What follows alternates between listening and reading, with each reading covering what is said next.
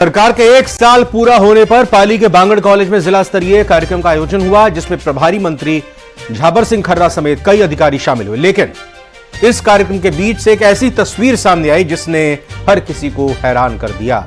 वो क्या तस्वीर है, खबर क्या है, इस रिपोर्ट में आपको दिखाते हैं।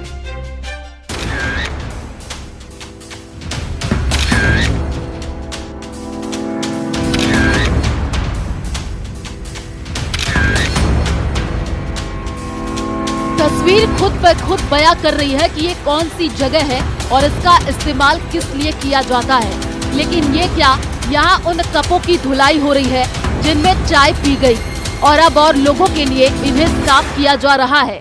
तस्वीरें बेहद हैरान करने वाली हैं और सवाल भी खड़े करती हैं। क्या इन लोगों को एहसास नहीं है कि ये क्या कर रहे हैं? घिन पैदा करने वाली इन तस्वीरों की हकीकत जब आपको पता चलेगी तो आप और ज्यादा हैरान हो जाएंगे। दरअसल ये तस्वीरें पाली के बांगड़ महाविद्यालय के एक टॉयलेट की हैं। दरअसल सरकार के 1 साल पूरा होने पर पाली के बांगड़ महाविद्यालय में विकास प्रदर्शनी का आयोजन हुआ, जिसमें प्रभारी मंत्री झाबर सिंह खर्रा समेत कई अधिकारी मौजूद रहे। उन लोगों को चाय भी पिलाई गई। मेहमान ज्यादा थे लेकिन कपों की संख्या कम थी, जिसके चलते कॉलेज के प्राचार्य रूम के पास बने टॉयलेट में 2 कर्मचारी कपों को धोकर के चाय पिलाने लगे। लेकिन इस दौरान इस वीडियो को किसी ने अपने कैमरे पर कैद कर लिया। यानी जिस वक्त मंत्री जी मंच पर स्वच्छता की बात कर रहे थे और सरकार की एक तरफ उपलब्धियां गिरा रहे थे, उसी दौरान कॉलेज कार्मिक टॉयलेट में कप साफ कर चाय पिला रहे थे। न्यूज़ 18 राजस्थान इस वीडियो की पुष्टि नहीं करता है।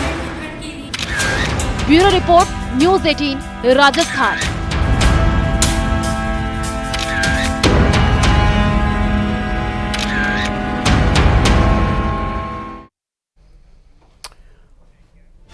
बेंगलुरु के अतुल सुभाष की खुदकुशी का मामला अभी शांत भी नहीं हुआ है कि जोधपुर से भी इसी तरह की एक घटना सामने आई है, जहां ससुराल वालों की प्रताड़ना से तंग आकर 3 लोगों ने जहर खाकर सामूहिक खुदकुशी कर ली। मरने से पहले अपने रिश्तेदारों को व्हाट्सएप मैसेज भी भेजे, जिसमें पत्नी और परिवार वालों पर उत्पीड़न का आरोप लगाया है।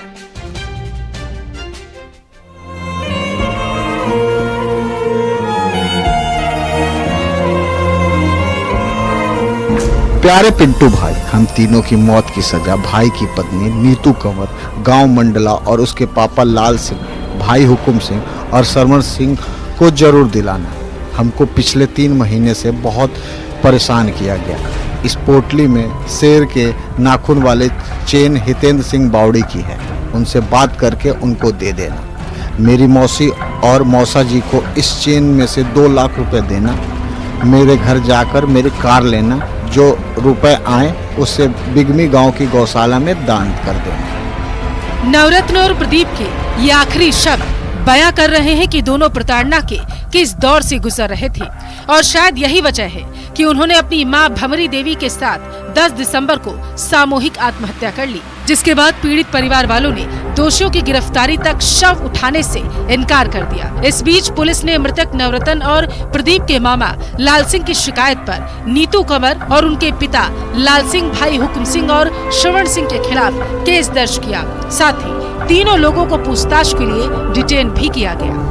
एक ही परिवार की एक माँ और उनके 2 बेटों ने आत्महत्या करी थी विषैला पदार्थ खा के, प्रथम दृष्टया विषैला पदार्थ खा के। यद्यपि पोस्टमार्टम करवाया है और मृत्यु के निश्चित कारणों का पोस्टमार्टम और एफएसएल से रिपोर्ट प्राप्त होने के बाद ही निश्चित कारणों पर टिप्पणी की जा सकेगी। इस संबंध में जो है आत्महत्या के उत्प्रेरण के संबंध में मुकदमा दर्ज मृतक के परिजनों द्वारा दर्ज करवाया गया है। हमने प्रकरण का अनुसंधान शुरू कर दिया है और अनुसंधान की कार्यवाही जो है हम बड़ी गंभीरता और त्वरित रूप से कर रहे हैं। चलिए इस दर्दनाक सामूहिक सुसाइड कांड से जुड़े कई और सवालों के जवाब आपको देते हैं। 4 महीने पहले चलते हैं, जब नवरत्न की शादी नीतू कंवर के साथ हुई। आरोप है कि तभी से ससुराल वाले उन्हें परेशान कर रहे थे। बताया जाता है कि 2 दिन पहले नवरत्न के साले ने जेल भिजवाने की धमकी भी दी थी। जिसके बाद तीनों ने परेशान होकर खुदकुशी का फैसला कर लिया। आत्महत्या से पहले इस कदम की जानकारी व्हाट्सएप के जरिए अपने रिश्तेदार और पुलिस को भी दी। इसमें नौरतन की पत्नी नीतू कंवर, ससुर लाल सिंह, साले श्रवण सिंह को मौत का जिम्मेदार बताया गया। इतना ही नहीं, खुदकुशी से ठीक पहले 10 दिसंबर की सुबह मृतक प्रदीप ने अपने ज्वेलर दोस्त पिंटू को एक पोटली में बांधकर सुसाइड नोट भी दिया था, जिसे शाम तक न खोलने की हिदायत दोस्त को दी गई थी। पिंटू के मुताबिक दुकान पर आकर प्रदीप ने कहा था कि ये गिफ्ट है, वो शाम को वापस आकर इसे ले जाएगा, इसे संभाल कर रखना, अभी खोलना मत। प्रदीप के हाव भाव देखकर मुझे शक हुआ। मैंने 15 मिनट बाद ही पोटली खोल ली। उसमें एक सोने की चेन और सुसाइड नोट था। उसे पढ़ने के तुरंत बाद मैंने प्रदीप को फोन किया। उसने कहा कि बिगमी गांव में जरूरी काम से पहुंचना है, शाम को आकर पोटली ले जाएगा। ओसिया से बिगमी की दूरी महज 7 किलोमीटर है। मैंने सुसाइड नोट पर लिखे नंबर पर फोन किया। ये नंबर प्रदीप के किसी रिश्तेदार का था। इसी बीच करीब आधे घंटे का समय बीत गया। बाद में ज्वेलर पिंटू ओसिया थाने पहुंचा। पुलिस को सारी जानकारी दी गई। पहले नौरतन और प्रदीप का 12 साल का मौसेरा भाई घर पहुंचा तो तीनों जमीन पर पड़े थे, मुंह से झाग निकल रहा था। इतने में प्रदीप का दोस्त पिंटू भी पुलिस लेकर आ गया।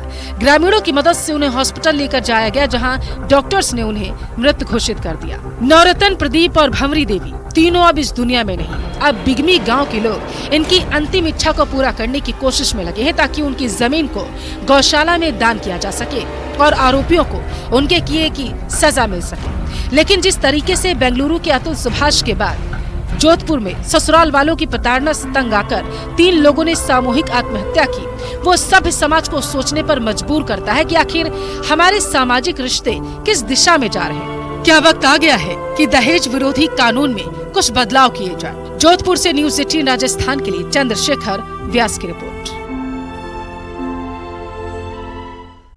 किशोरों